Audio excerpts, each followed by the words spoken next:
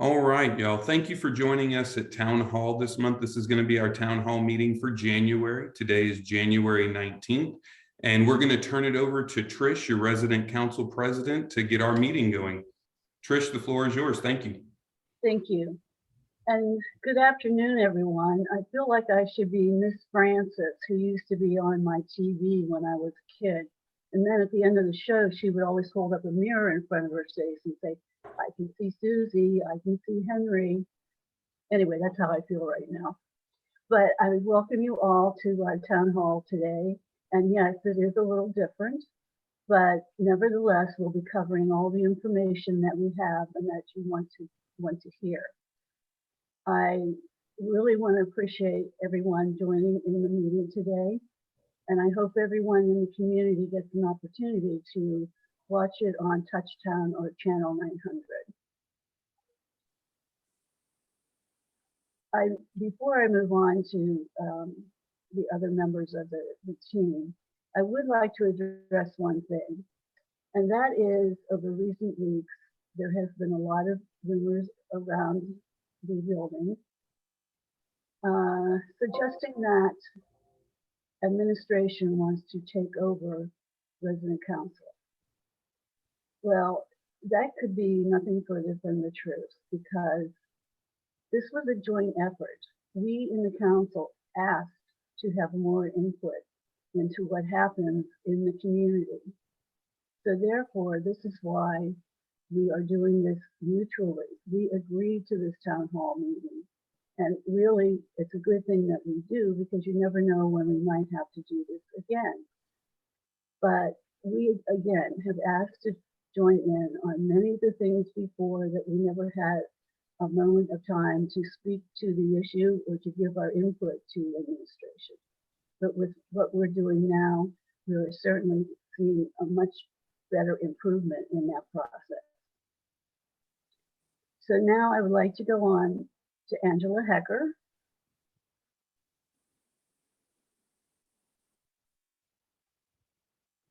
Angela? Hi, Trish. Hi. Can you give me the latest list of those people who have joined our community since our last town hall meeting? I sure hope so. So as far as our newest arrivals, I don't know that we had introduced Bob and Sarah Lindsley. They are new arrival. I'm sorry. Yes, Lindsay. And then we had Mr. and Mrs. Lindsley join us in the new Trailway expansion. That would be apartment 1116. They are our newest arrivals. And we also had Paul and Kath Ellis join us in apartment 1410. And I'm trying to, we have several more coming in over the next month and a half. So I'll review that and make sure I didn't leave anyone out. But that should cover everyone as of last month and this month. We had a few closings, but they haven't moved in yet.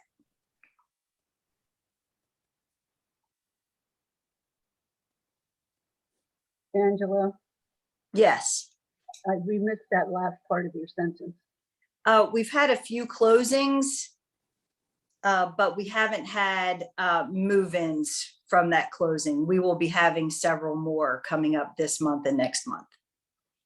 And so where do we stand with the vacant apartments and or the vacant villas?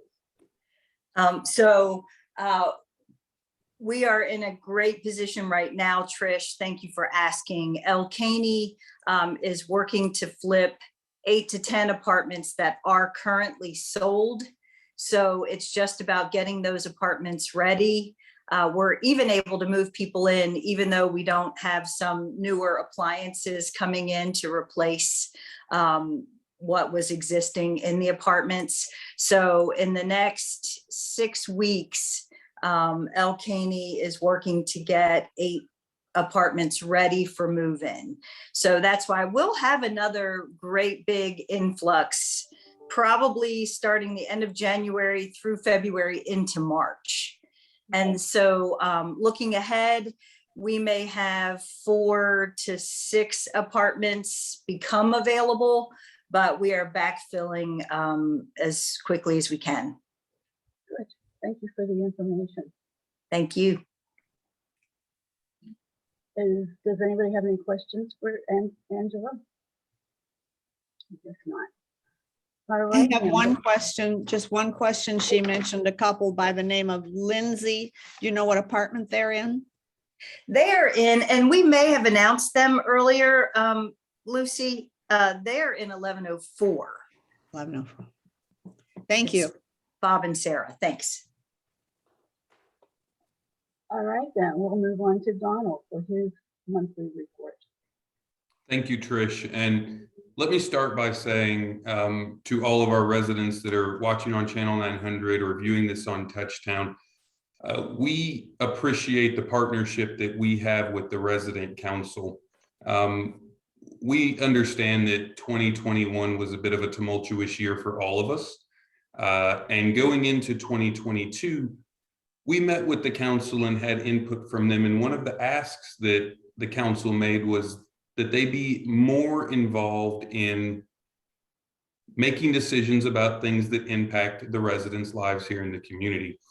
And so that's something that we really took to heart. We really wanted to ensure that we were doing that. And that's what prompted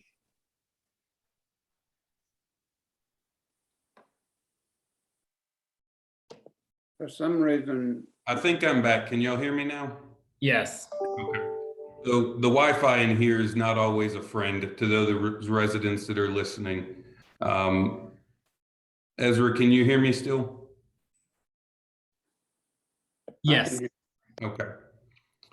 All right, so I'm going to pick back up where I left off and just tell everyone that the resident council asked us to allow them to be a larger part of what goes on in this community. And we wanted to ensure that we did that. So that is the reason we went to them with the idea of doing a virtual town hall, to ensure that we gave options for people to be able to view this during a time where COVID cases were increasing, and it worried us to put everybody in one room at the same time. So we came to them with the idea, and I will tell you that there was a lot of conversation back and forth, but they supported the idea, and we appreciate that. And that's something we want to continue to foster. We want to try and ensure that the resident council is involved in the things that impact the residents here. And so I will second, and I know our administration would second what Trish said earlier, which is that by no means are we in any way trying to take over the resident council. We just want to be partners with the resident council. And I think that's what they are seeking as well. And it's very refreshing to have that be a possibility going into 2022. So with that said, I'm going to give you our update from an operational standpoint. I'm going to share a screen with everyone so that everyone can see it. Ezra, I'm going to ask you to just tell me when you can see this, okay? So that I know it's up there. I can do that. Okay. Can you see that? Right. Yeah. Yes. We can see the Word document. Okay. So for all the residents that are joining us via Channel 900 or on Touchtown, this is a document that we shared with the resident council last week. And we're going to continue to share on a monthly basis. This will be posted to Touchtown each month after the resident council meeting so that all of you will be able to see it as well. And what we wanted to do was put together some things that we thought might be pertinent for the residents to know about the community. Angela, a moment ago, shared with you some information about residents that have joined the community. Part of what is on here you're going to see is our occupancy for the community. So the first area is independent living. So if you look down, what we did is we took the occupancy for the month of December. And right now for the month of December, our occupancy is at 92%. And you can also see the budgeted occupancy and the wait list for that area. We want you to know how we're doing as far as our occupancy here, because we think it's important for you, it's important for us to keep an eye on, because this is what tells us if we're maintaining our viability here. You can see under villas, at the end of December, we had 28 villas occupied of a total 28 villas available, so 100%. Our assisted living had 32 apartments that were available. We actually have 32 apartments that are currently occupied, and we are sitting on a 92% occupancy rate in assisted living. Memory support has 16 total units with 15 that are occupied, for a 96% occupancy rate.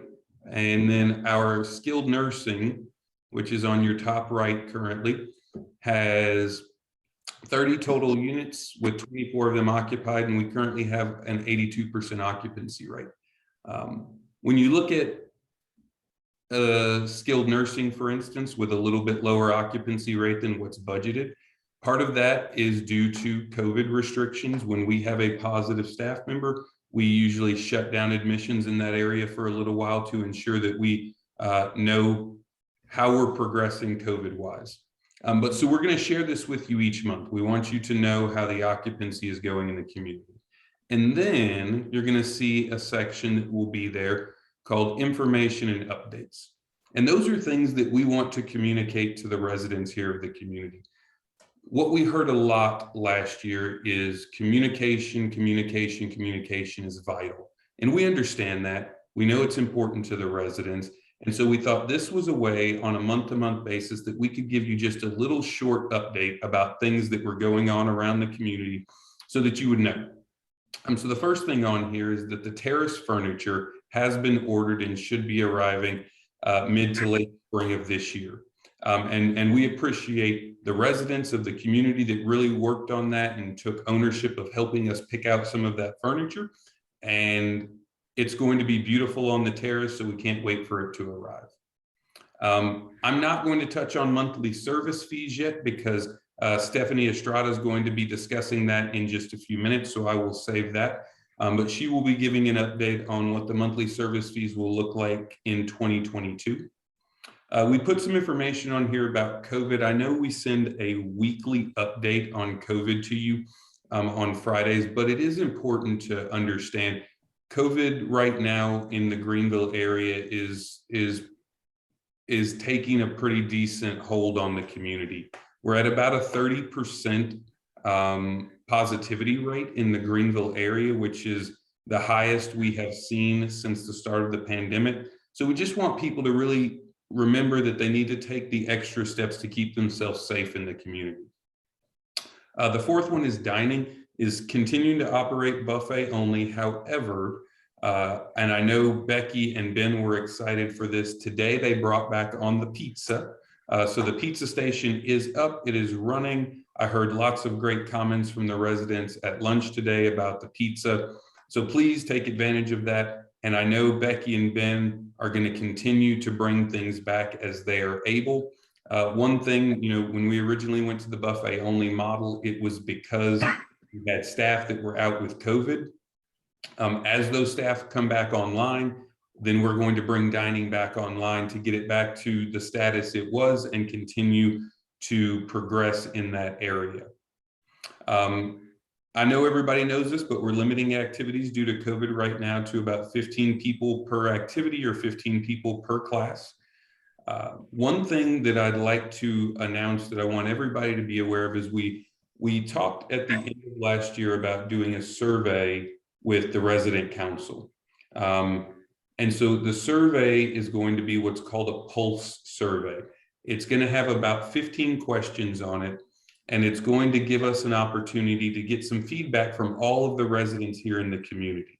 That survey is done by a national group called Halloran, and they do surveys for senior living and various other entities. And so we're designing that survey right now. It will be coming out in mid-February. You're going to be getting a lot more details about that over the next few weeks, but we would truly appreciate all the residents participating in the survey, giving us some feedback about what's important to them about the Woodlands. Another important thing to note is Marita over the next few weeks is going to be coming around to a lot of residents and updating their power of attorney information and their emergency contact information.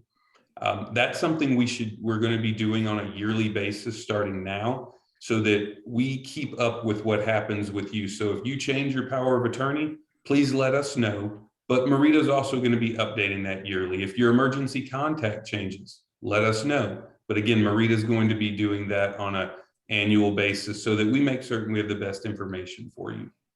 And then the last thing is just a reminder that transportation charges begin on February 1st. So we sent that information out. We're going to send out a reminder just before February 1st with what the cost structure will look like for personal appointment transportation. But we did want to remind everybody that that will be coming out or that will be starting on February 1st. So like I said, this form we are going to be using on a monthly basis to give you updates about what's going on in the community, to give you updates about our occupancy status in the community. And if there's, as a resident council, if there's anything else that they would like us to try and update the residents on, we'll be happy to listen to that feedback and see what we can do to do that. Other than that, I do have one thing that I want to touch on really quickly. So I'm going to stop sharing this screen. Give me just a moment to do that. Okay. So the last thing I wanted to update everybody on was our comment that was in our resident council meeting minutes from last week, for those of you that have seen that. And that's around Touchtown and our ability to use that for communication. We really want to utilize our technology to the best of our ability to help communicate things to our residents in a timely manner, in an efficient manner. And so Ezra and I, along with Marita, are going to be looking at how we do that for the residents over the next year. And some of you, we might ask you to come and sit down with us and give us some feedback on Touchtown and how it's working and what may need to be working better. And so we'll appreciate any feedback that you can give us on Touchtown and how we're operating. Trish, I think that is all that I have from an operational update, unless anyone has any questions for me.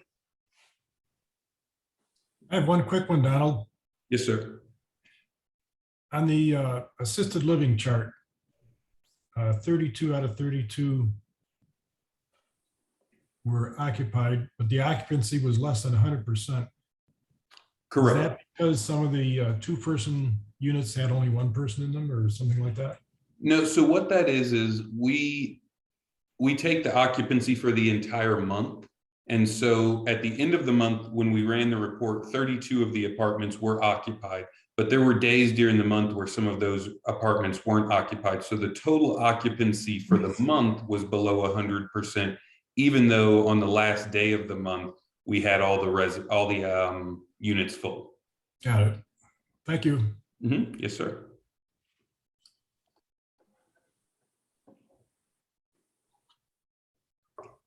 All right, Trish. Well, I'm going to turn it back over to you. I really appreciate y'all giving me the opportunity to update the community today. Great. And thank you, Donald, for your presentation. I'd like now to move on to Stephanie, if she's available to give her report. Thanks, Trish. And I really appreciate the resident council working with us to deliver this via Zoom. I, for one, would not be able to be there in person, so I'm delivering this from my dining room, and I'm glad to be able to do that. The first thing I want to touch on was the medical deduction letters. So we're expecting to have these out by early February. And then I wanted to touch on the monthly service fee increases. So the Finance and Audit Committee worked really hard on the budget this year, using different scenarios for the monthly service increase. The committee was able to make the budget work with a 3% increase for independent living and a 4% increase for assisted, memory, and skilled nursing. And we were able to do this, finding some operational efficiencies the 3% increase will also include for independent and everyone, the internet service. We feel like so many people take internet now that it's almost become like a regular utility. So we're going to include that for you within your monthly service fee. So you won't see that as a separate charge on your statements any longer. And then this was all approved by the board. So the 3% increase in independent living is actually lower than what we've seen expected for our industry. And then 4% for healthcare was kind of in line with what we've seen as industry expectations. We did feel like the 3% increase for independent living was very important, mostly because we know and we understand that it's been a challenging year with COVID and construction and dining and some other issues. And so we're going to have this letter out for the monthly service fee increases probably early next week. We've had some staffing issues in my department as well as the other departments. So it's probably going to be early next week when we get that letter out. Does anyone have any questions for me? All right, thanks, Trish. Thank you. Next on the agenda is me. And really, I just have a few things to touch on. We were fortunate enough that Jan Johnson has agreed to become the 2-year villa rep that was vacated by Dave Meskel.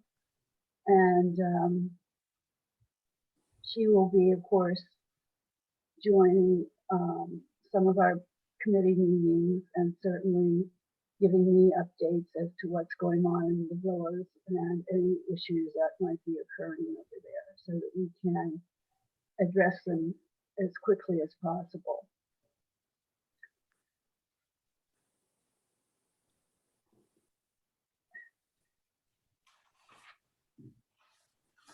The other thing that's really pressing is that we're still searching for a committee chair for the dining committee.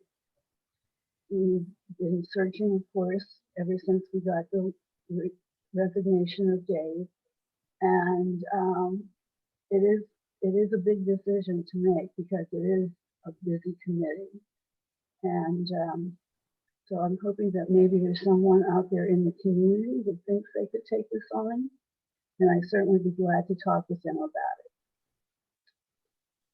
And that's really all I have at this point. So we'll move on to the committee reports. And the first one up is Sharon Taylor.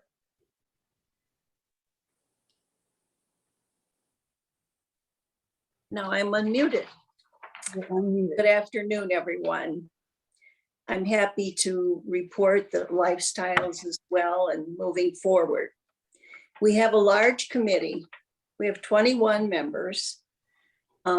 Many of the members who were on the committee last year wanted to remain.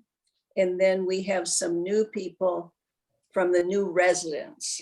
So I think we have a really good group, and I'm glad we have a large group. There's plenty to do. Our next meeting is going to be on Zoom because of the 15-person limit. So we'll be Zooming our meetings until it's safe to enlarge our gatherings. And our meeting dates for the year, we hope to be the 4th Wednesday of the month. Somebody pointed out that sometimes there are 5 Wednesdays. Well, that's just fine, but our meeting is going to be on the 4th Wednesday of the month, and we're hoping to meet in the solarium. We had a wonderful trip planned to Beaufort, and then COVID happened. So there are, plans still that can be revisited as soon as it's safe to do that.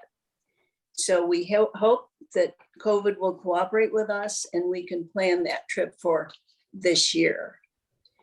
And then we want to have some other outings too. And on our Beaufort trip, we have to make sure everyone has heard about the trip and is able to sign up for it. So we'll have a little push toward that. The sort of major party, I think, is the Derby Day party. And that's always all kinds of fun. So ladies, be getting out your celebratory hats and with flowers and all. And gentlemen, get out your Kentucky Derby neckties or whatever, because this is always a really fun event and we look forward to it. So we're looking forward to having fun and for you to have fun right along with us. Thank you. Thank you, Sharon. The next up for the report from the committee is facilities and operations. So I don't know if you've chosen one of your partners here, or Tom, are you going to speak, or Jim or Michael?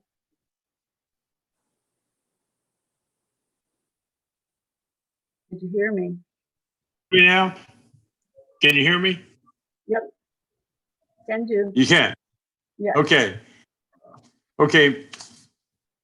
The Facilities and Operations Committee meets always on the first Monday of the month in the Arts and Craft room. And we have somewhere between 8 and 10 people on that committee. It varies. Now, Mike McGregor is coming out with a updated facilities and operations list. And we always, pardon me, furnish that list with the minutes of our meeting. It goes out to all the council members and also to management. And right now, he has a list which we'll work on at our next meeting in Monday. It's noted today, Marita put out a little notice that there's being some tree work done on the east parking lot. That was one of our little projects that we mentioned last year, that the trees on the sidewalk were hanging down, but now with the snow and ice, that's even more prevalent. And so El Caney has got the evergreen people and out there cutting back those trees that are on the roof of the parking structures, as well as the sidewalk. So that's all I have right now, unless Mike and Jim would like to add something, since Mike has done all this work on the project list. Okay, thank you. Thank you, Tom. Mike or Jim, do you have anything to add? This is Mike, but I don't have anything to add, Tom. Pretty much until we have our first meeting in February, then we'll have something to say. Okay. And you have nothing That's to add? what I came for, yeah. Okay. Thank you. I have nothing, Trish. Okay. Well, you have your shiny face here, so that's good. The next person up would be Mary Ann Mortimer. So let me just tell you what is happening with her committee. She only has 2 committee members, and so they really don't necessarily meet on a monthly basis. They meet as they need to. And they also employ the use of the floor reps by using them to visit the new people who move into, whether it's the villas or independent living. Because otherwise, when we have these influx coming in, 3 of them would not be able to handle everyone who comes in at one time. So that's just about where she is right now. And next up is our Vice President, Juan Ciencio. Thank you, Trish. I chair the election committee. The election committee met yesterday to discuss and approve a series of amendments to the bylaws dealing with election-related issues, dealing primarily with election-related issues.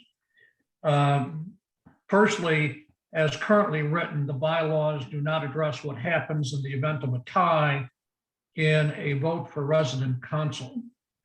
We will be suggesting that we build in a mechanic in the bylaws which allows us to conduct a runoff election. Because the runoff election will be pressing against the annual meeting, we will also suggest that the election committee will have a discretion to shorten the election period from the required 6 days to something that fits in with the truncated schedule that we'll need to accommodate to get the runoff completed. And the unlikely event there is a second tie, that the bylaws will provide that second tie will be decided by a drawing of lots in accordance with a procedure to be developed by the election committee. Secondly, as currently written, officers of the council are elected at a special meeting which is held immediately following the annual meeting. What we discovered to our chagrin was that we could not, accommodating that requirement, introduce the newly elected officers at the annual meeting. So we will be suggesting that the bylaws be amended to hold that special council meeting for the election of officers immediately prior to the annual meeting. Lastly, the president elects, or I'm sorry, doesn't elect, but appoints chairpersons of the committee at the same meeting at which he or she is elected. And we found this year that that really doesn't give the president sufficient time to meet with the newly elected council members to try to find out where their interests lie and how they can be of assistance to council.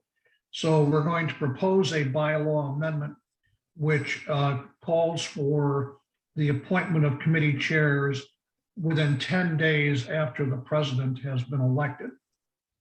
The last amendment, I shouldn't say the last, but another amendment that we'll be bringing to council is what I'll call a cleanup amendment. As currently written, the bylaws provide that the association can act by written consent in lieu of holding a business meeting only in the instance where Woodlands management has imposed meeting restrictions because of COVID or the like. Obviously, there are instances where it is much more convenient to conduct business by written consent. So we will be suggesting that the association have that authority at the discretion of resident council. I'm currently looking at the possibility of one further amendment. Ted Sinikowski has suggested that the bylaws may be inconsistent with the employee appreciation plan. We'll be taking a look at that, and in any event, we'll be bringing all of these proposed amendments to resident council for their approval at its February meeting. Then, assuming that by March we're able to meet in person, we'll bring the bylaw amendments to the association for approval by the members at the March meeting or the first meeting where we're able to meet in person. And that's it for me, Trish. Thank you, Ron. Any questions for Ron? All right, Ted, you are up. Can you hear me? Yes. We haven't had a meeting yet. Michael Sheriff and I will be meeting with Kelly Todd from accounting shortly. And the information we received there will be discussing with the committee. Hopefully the committee will be meeting by the end of the month. So I should have something to report by the next resident council meeting and the next town hall meeting. Fine. I'm going to call on Michael next. Okay, Trish. Thank you, Madam Chair. Can you hear me okay? We can hear you. Good, good.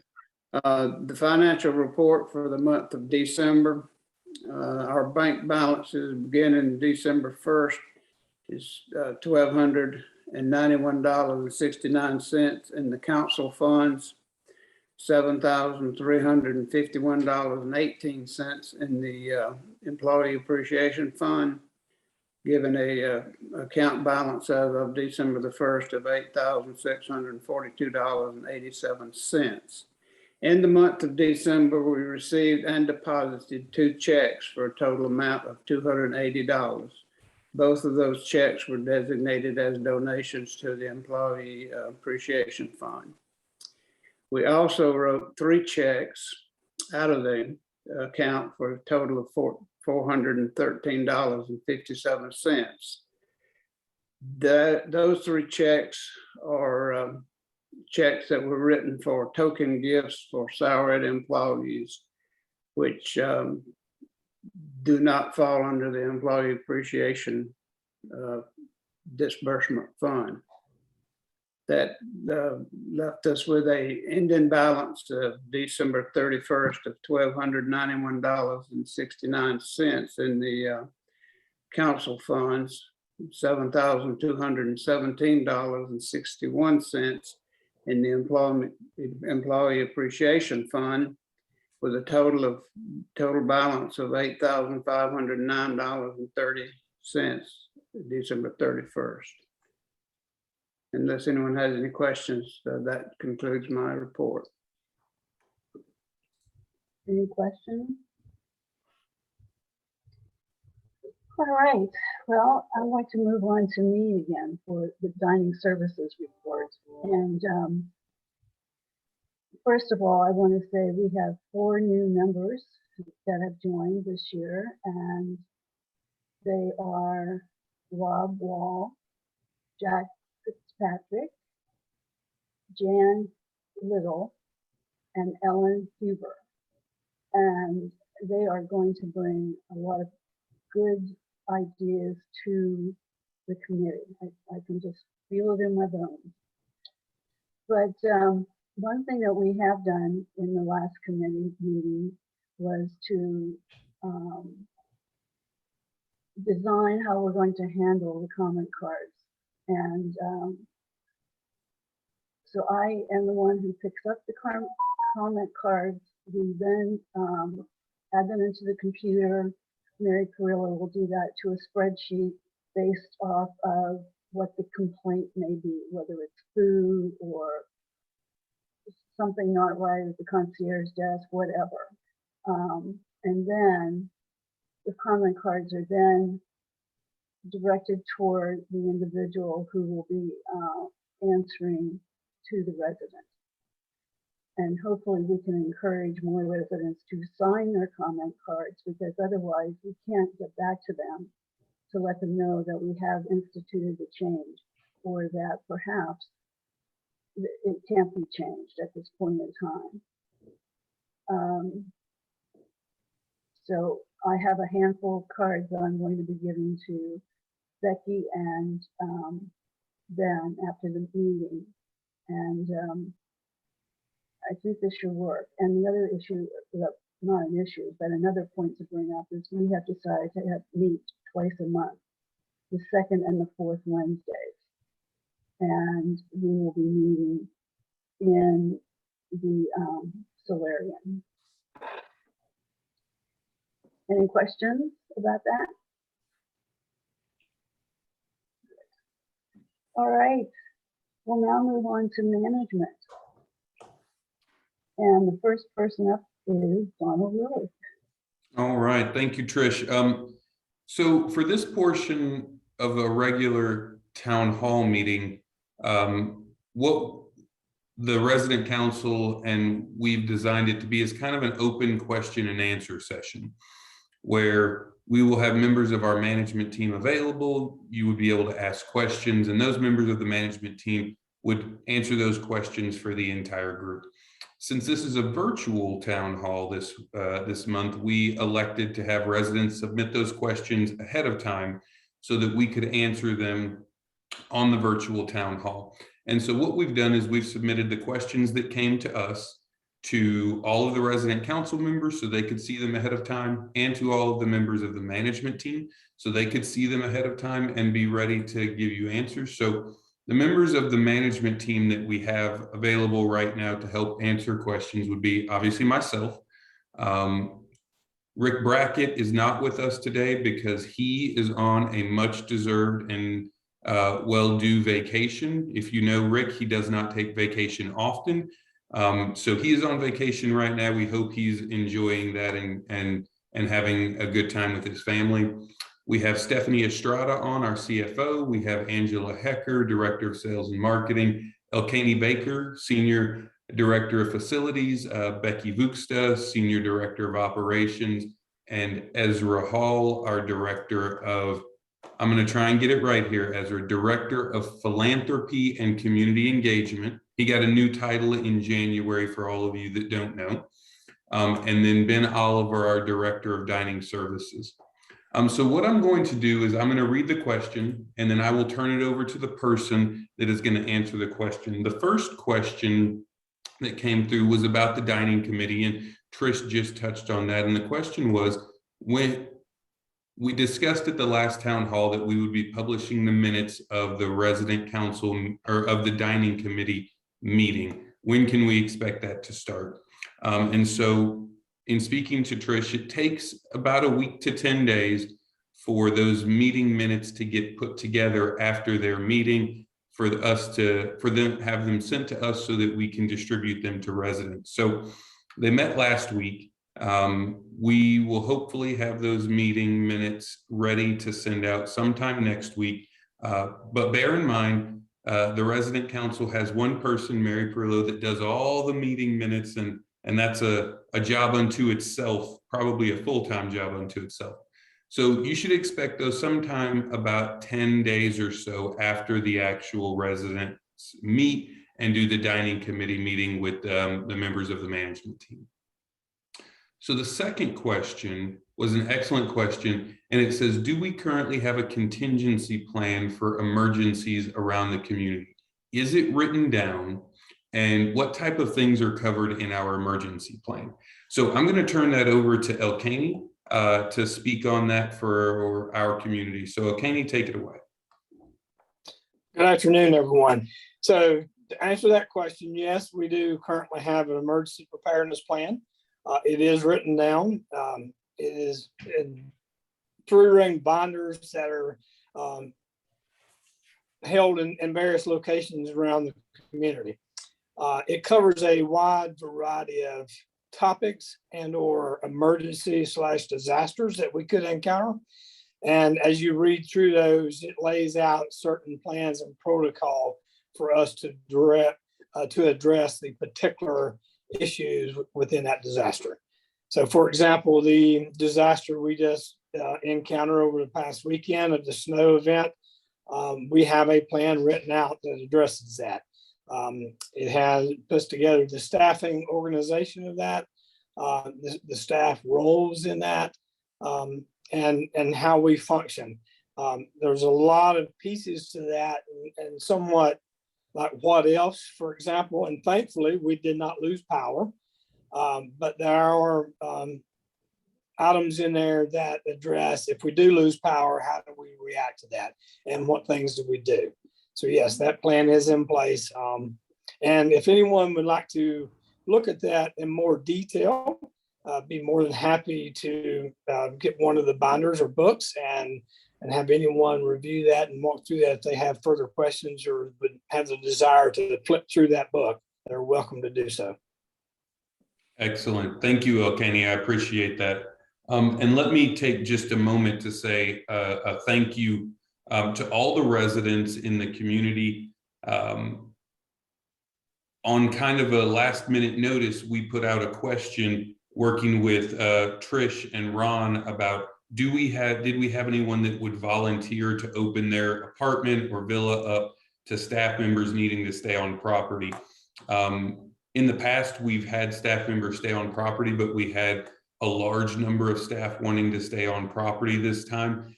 And so many of you were very gracious and allowed staff to stay on property, which we so much appreciated, and it allowed our operations to continue without much of an interruption. So thank you for that. And I will just say, if in the future anyone wants to volunteer for something like that, please let me know. I will kind of keep a running list of that. So if we have an emergency like a snow event again, and we need staff members to stay on campus, we would know to reach out to you directly.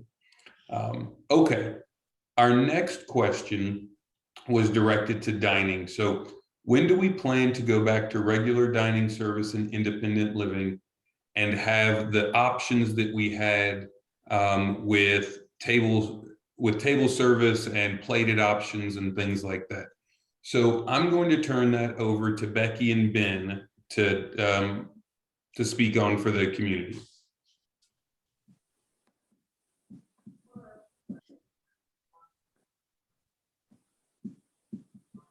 Hey, Becky, are you, Becky, you might be on mute still. Sorry about that. Ben and I are in my office together. That's why we are in mask. I will turn it over to him shortly, but earlier today I had sent out a menu update and announcing the return of the pizza station. Along with that, it was some other staffing updates as to where we stand. And I gave a head count that we had been down 14 employees, either for testing positive to COVID or being exposed. And so we were down 14 associates. We currently are getting some of that staffing back. However, we are still down 2 out of 9 cooks, 7 out of 16 servers. So that right there is causing us to, delay the opening of table service. But, we'll get things back moving as soon as we possibly can. And I'm gonna let Ben talk about what next phases are gonna look like. So we plan on moving on to Action Station, hopefully in conjunction with pizza. That's our plan. We're hoping to, before we're able to open up the table service, the Action can provide some nicer items, some seafood Action. We could do a nice Italian pasta bar setup, some different things from Action. So that's a possibility. And as we get servers back in place, we'll be able to move to the table service. Excellent. Thank you both for speaking on that. And, as Becky touched on, they've lost some staff members due to COVID, and we have also lost some team members around the community due to COVID, and they're coming back online as quickly as we can get them back. But just to make everybody aware, those interruptions in services are going to be temporary. We will be going back to full service as soon as we get those staff members back online. Okay, the next question is going to be directed to Ezra. So it said, can we use the Alzheimer's Association to bring in speakers to discuss exercises that people can do as it relates to dementia and impaired cognition? So Ezra, I'm going to turn it over to you to speak about that. Hello, everyone. Yes, it was funny that this question was asked because for those of you who don't know Rochelle Grimes, she is our assisted living and memory support sales consultant, so counselor, and she is on one of the committees for the Alzheimer's Association in town. She's on one of their committees for their walk to end Alzheimer's, and we met to discuss some things that we can do to kind of promote the Alzheimer's Association here, and one of those was bringing in the Alzheimer's Association for educational programs. So that is certainly something we're going to bring in, and one of those can certainly be brain exercises and things that you can do. We've also talked about bringing them in to kind of give some support to, how do you provide, how to be a caregiver for someone with dementia or Alzheimer's, and some of those kind of heavier topics that they are very well versed in. So yes, we can certainly work on bringing in the Alzheimer's Association to discuss some brain exercises and some different ways that one can help themselves. Perfect. Thank you, Ezra. And for those of you listening in today, those are great ideas. And please let Ezra or anyone around the community know if you have a thought about a group you'd like to come in and speak or touch on a specific topic, we would love to bring in speakers that you're interested in. So please let him know. Right. Well, one of the best things about here is a lot of you all have unique connections to local groups and stuff that, you know, Bethany or myself, we might not be members of, or we may have never had an impact with them. So yes, bring it to our attention, or bring it to Sharon Taylor and the Lifestyles Committee. And we love ideas. So do not be afraid. You're not a bother if you're bringing us an idea or a suggestion or anything. We enjoy it. Good stuff. Thanks, Ezra. All right. And the last question we had touches on COVID. And so the first part was about, can residents be notified if another resident tests positive for COVID? And so what I wanted to touch on is the fact that we're not allowed to tell you if another resident tests positive. And I'll use, let's say, myself and Ezra as an example. If we were residents here in the community and Ezra tested positive for COVID, and then I came to the management team and asked them, you know, did Ezra test positive? The management team cannot tell anyone else other than the resident and their power of attorney if someone tests positive. Now, what we can do is on our weekly update on Fridays, you know, we've been including the number of tests that were done each week. What we started doing last week and will continue to do is we will let you know how many tests were done and how many of those tests came back positive. So let's say we did 100 tests and 2 of them came back positive. We would include that in the communication, but we can't actually let you know who specifically has tested positive.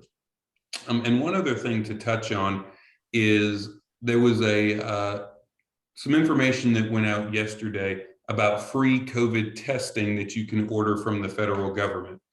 So each individual living in a home can order free testing kits now from a website. We're going to include that information in our Friday communication. So if you yourself wanted to order some free tests to keep in your apartment, you could do that. We will continue to do our weekly testing in independent living, so it's available to all residents. But this might be something, if you wake up one morning and you're just not feeling well, you could go ahead and use a test at home to see if you might be positive for COVID or not, and then continue the weekly testing on Wednesdays. So Trish, those are all of the questions that were submitted to me by residents. So I'm going to turn it back over to you at this point, unless anyone has follow-up questions. Yeah, Donald, let me just say that I went online this morning to order those tests. It is exceedingly simple to do. So I encourage everybody to do that. Ron, I will second that. We had a staff member try it out yesterday, and it took less than a minute for them to order the test kits. So thank you for that. Great for sharing. Well, I want to thank everyone for joining in this first Zoom meeting of the town hall. Hopefully we won't have to have another one, but you never know. This was good practice. You can all see how cute we look on the screen. Anyway, on a more serious side, I do again want to assure our residents that we are not losing our voice. We are still going to be heard, and in many ways, I think even heard more brightly, because we have this working agreement that we both have said we will continue to even make better with the administration. So I can only say that I'm happy to have this cooperation, and I think that it will continue to grow and grow stronger. Trish, can I say just one more thing before you adjourn this meeting? I think that we all owe a gratitude of thanks to all of the staff at whatever level who did such a wonderful job keeping us safe, protected, calm, warm, and all of those things over this last weekend. They are to be congratulated. Thank you. That's true. Thank you, Lucy, for bringing that up. Well, if that's all we have to talk about today, then this meeting is adjourned.